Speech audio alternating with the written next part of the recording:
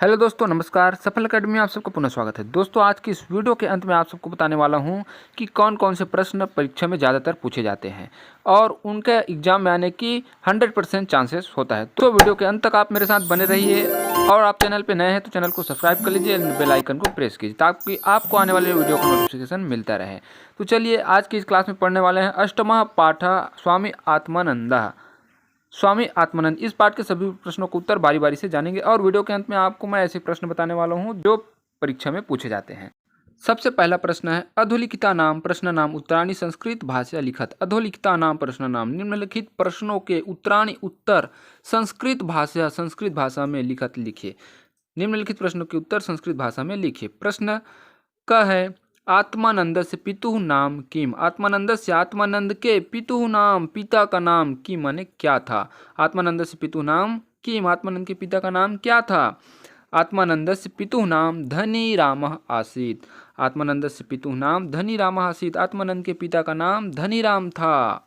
ख है आत्मानंदस्य जन्म कदा अभवत्। आत्मानंदस्य आत्मानंद का जन्म कदा अभवत कब हुआ। आत्मानंद से जन्म कदा अभवत, आत्मानंद का जन्म कब हुआ। आत्मानंद का जन्म 6 अक्टूबर 1929 को हुआ। आत्मानंद से जन्म 6 अक्टूबर 1929 तमे वर्षे अभवत।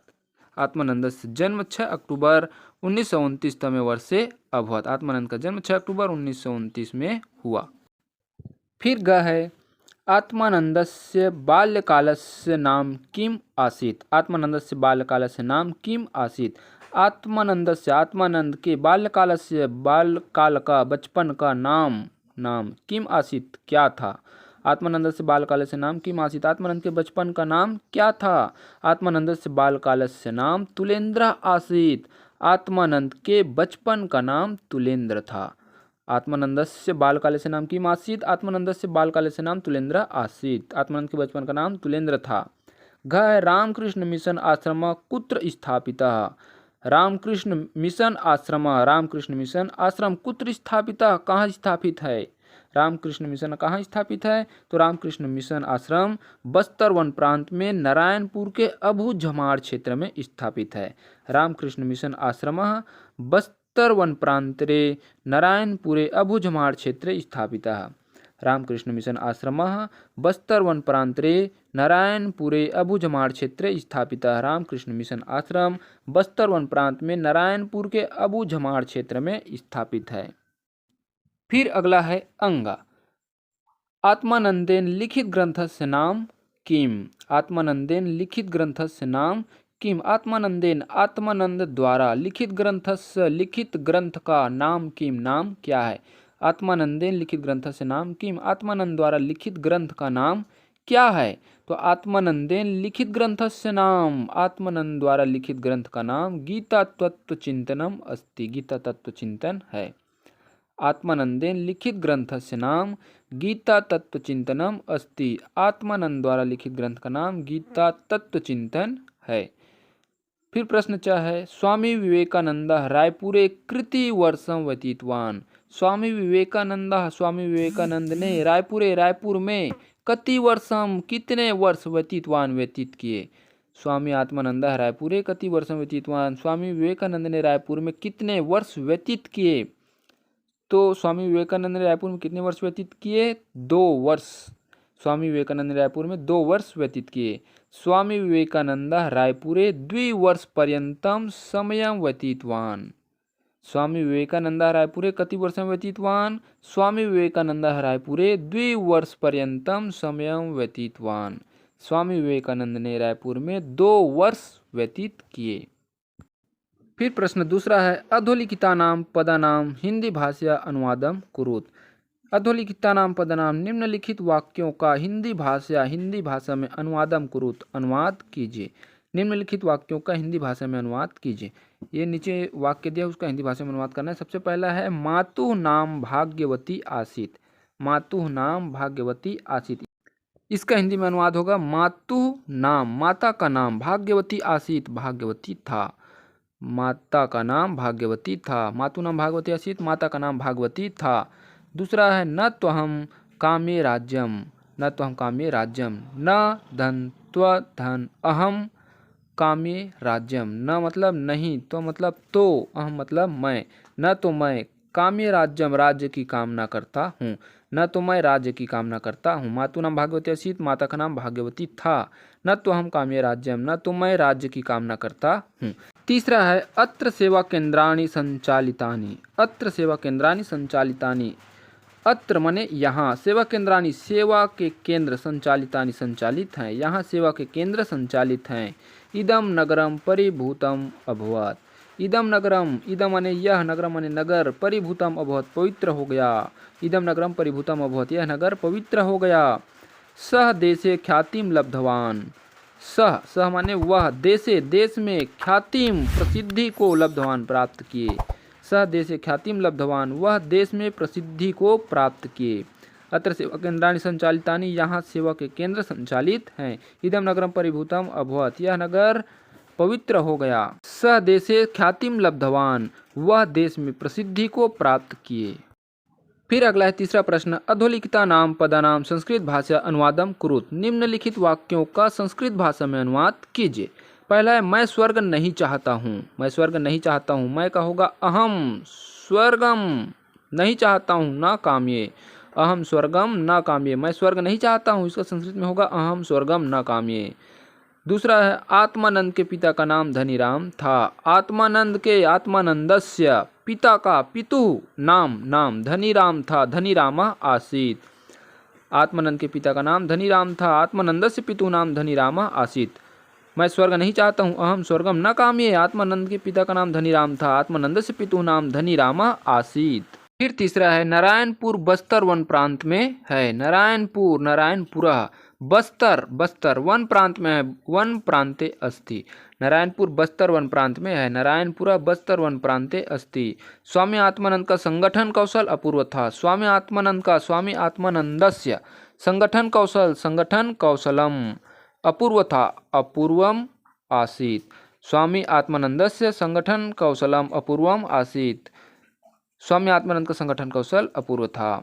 उनके द्वारा जीवन समर्पण किया गया। उनके द्वारा, तेन माने उनके द्वारा, जीवन समर्पणम किया गया, कृतम, तेन जीवन समर्पणम कृतम। नारायणपुर बस्तर वन प्रांत में है, नारायणपुरा बस्तर वन प्रांते अस्ति। स्वामी आत्मानंद का संगठन कौशल अपूर्व था। स्वामी आत्मानंद से संगठन कौशलम अपूर्वम आसीत्। उनके द्वारा जीवन समर्पण किया गया, तेन जीवन समर्पणम कृतम। प्रश्न चौथा है रिक्त स्थानानि पूर्यत। रिक्त स्थानों की पूर्ति कीजिए। पहला, आत्मानंदस्य रिक्त स्थान सर्वत्र प्रशंसितम आसीत्। आत्मानंद से रिक्त स्थान सर्वत्र प्रशंसितम आसीत्। आत्मानंद का रिक्त स्थान सर्वत्र प्रशंसितम आसीत्, सभी जगह प्रशंसितम आसीत्, प्रशंसनीय था। आत्मानंद का रिक्त स्थान सभी जगह प्रशंसनीय था। तो क्या प्रशंसनीय था? ध्येय वाक्य। आत्मानंदस्य ध्येय वाक्यम सर्वत्र प्रशंसितम आसीत्। दूसरा है रिक्त स्थान तमे वर्ष आत्मानंद ब्रह्मलीन अभवत। रिक्त स्थान वर्ष में आत्मानंद ने ब्रह्मलीन को प्राप्त किया, ब्रह्मलीन हो गए। रिक्त स्थान वर्ष में आत्मानंद ब्रह्मलीन हो गए। तो 26 अगस्त 1989, 26 अगस्त 1989 को, 26 अगस्त 1989 तमे वर्ष आत्मानंद ब्रह्मलीन अभवत। रायपुरे विवेकानंद विद्यापीठम रिक्त स्थान। रायपुर विवेकानंद विद्यापीठम रिक्त स्थान। रायपुर में विवेकानंद विद्यापीठ रिक्त स्थान क्या है? तो स्थापित हैं। रायपुरे विवेकानंद विद्यापीठम स्थापितम। रायपुर में विवेकानंद विद्यापीठ स्थापित है। फिर चौथा है रिक्त स्थान नेतृत्व प्रदत्तम। रिक्त स्थान नेतृत्व प्रदान किया। तो किसने नेतृत्व प्रदान किया? निखिलात्मानंदेन अपूर्वम। निखिलात्मानंद ने अपूर्व नेतृत्व प्रदान किया। पांचवा है कैम्ब्रिज विश्वविद्यालय से रिक्त स्थान फेलोशिप प्राप्त वांसव। कैम्ब्रिज विश्वविद्यालय का रिक्त स्थान फेलोशिप प्राप्त किया। तो कैम्ब्रिज विश्वविद्यालय के क्या प्राप्त किया? Wrangler fellowship. कैम्ब्रिज विश्वविद्यालय से रेंगलर फेलोशिप प्राप्त वांसव। कैम्ब्रिज विश्वविद्यालय से रेंगलर फेलोशिप प्राप्त वांसव। फिर पांचवा प्रश्न है अधोलिखिता नाम पदानाम मूल शब्द विभक्ति लिंगानि लिखत। नीचे लिखे हुए श्लोकों के मूल शब्द विभक्ति और लिंग लिखिए। पद है, मूल शब्द है, विभक्ति है और लिंग है। शब्द रूपम यथा उदाहरण के लिए दिया है यहाँ पे समाजे। समाजे का मूल शब्द है समाज। विभक्ति है सप्तमी विभक्ति और लिंग है पुल्लिंग। समाजे में मूल शब्द समाज है, सप्तमी विभक्ति है और पुल्लिंग है। इसी तरीके से है भक्तस्य।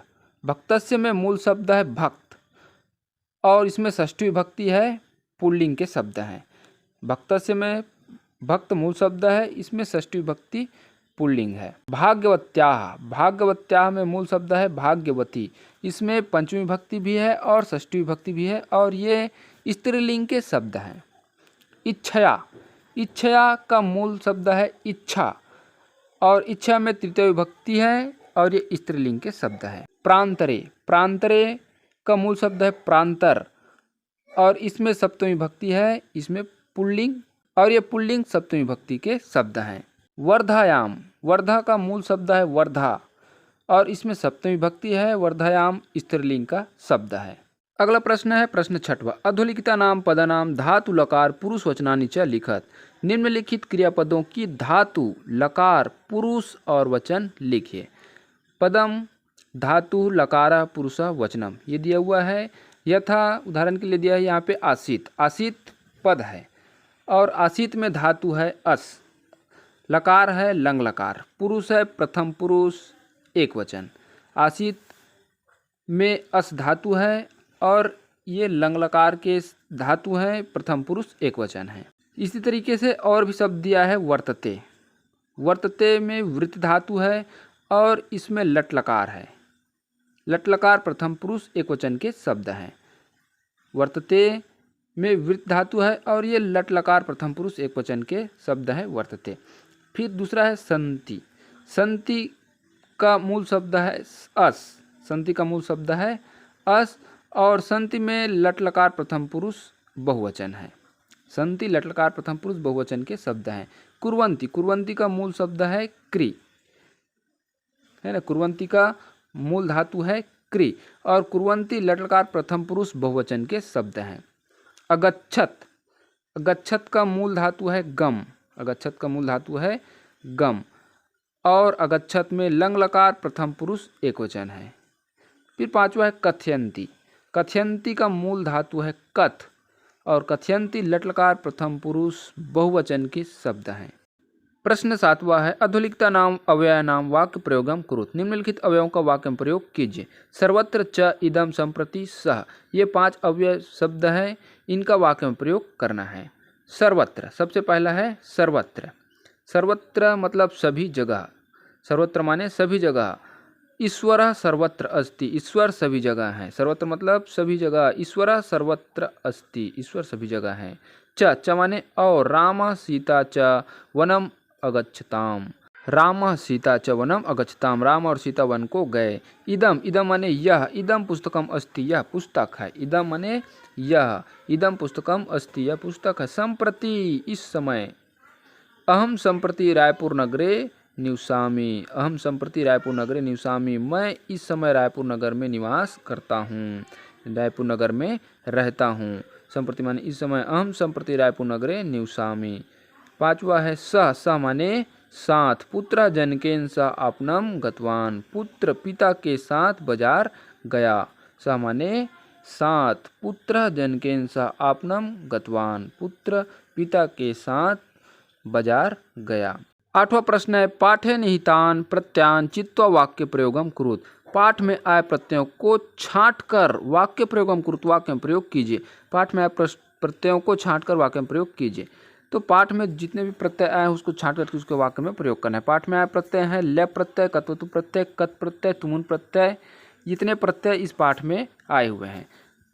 अब सबसे पहला है लेप प्रत्यय। लेप प्रत्यय का वाक्य में प्रयोग होगा रामः राज्यं परित्यज्य वनम अगच्छत। रामः राज्यं परित्यज्य वनम अगच्छत।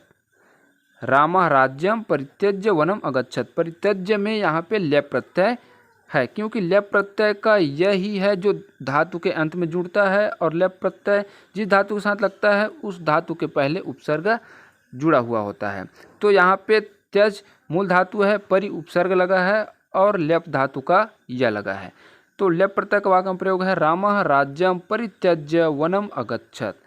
फिर है कत्वतु। कत्वतु प्रत्यय बालकः विद्यालयं गतवान, बालकः विद्यालयं गतवान। कत्वतु प्रत्यय का गतवान है, गतवान में कत्वतु प्रत्यय है। कत्वतु प्रत्यय का तवत ही शेष रहता है जो मूल धातु के अंत में जुड़ता है। कत्वतु प्रत्यय का तवत धातु के अंत में जुड़ता है और ये पुल्लिंग, स्त्रीलिंग, नपुंसकलिंग तीनों लिंगों में इसका रूप चलता है।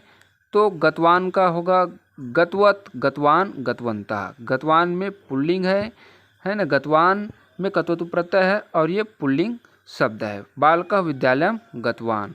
कत, कत का वाक्य में प्रयोग है छात्रेण पाठः पठितः, छात्रेण पाठः पठितः। यहाँ पे पठितः में कत प्रत्यय है। तुमुन प्रत्यय का वाक्य में प्रयोग होगा बालकः क्रीडितुम् उद्यानम् अगच्छत्, बालकः क्रीडितुम् उद्यानम् अगच्छत्। तुमुन प्रत्यय का तुम ही धातु के अंत में जुड़ता है, बाकी का लोप हो जाता है।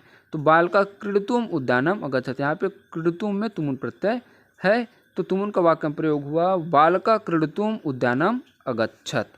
ये हुआ दोस्तों अष्टमः पाठः स्वामी आत्मानंदः। इस पाठ के सभी प्रश्नों का उत्तर। दोस्तों इस पाठ से कौन कौन से प्रश्न परीक्षा में पूछे जाते हैं इसके लिए मैंने एक स्पेशल वीडियो बनाया है, जिसमें इस पाठ ही नहीं बल्कि सभी पाठों से जो IMP क्वेश्चन है उसको मैंने छांट करके लिखा है। तो आप उस वीडियो को देखने के लिए डिस्क्रिप्शन बॉक्स में जाइए, क्योंकि मैंने डिस्क्रिप्शन बॉक्स में उस वीडियो का लिंक दे दिया है। तो आप डिस्क्रिप्शन बॉक्स में जाकर उस वीडियो के लिंक में क्लिक करके उस वीडियो को देख सकते हैं कि कौन कौन से प्रश्न IMP हैं, कौन कौन से प्रश्न इम्पोर्टेंट है जो अक्सर करके परीक्षा में पूछे जाते हैं और उन प्रश्नों के 100% आने की संभावना होती है।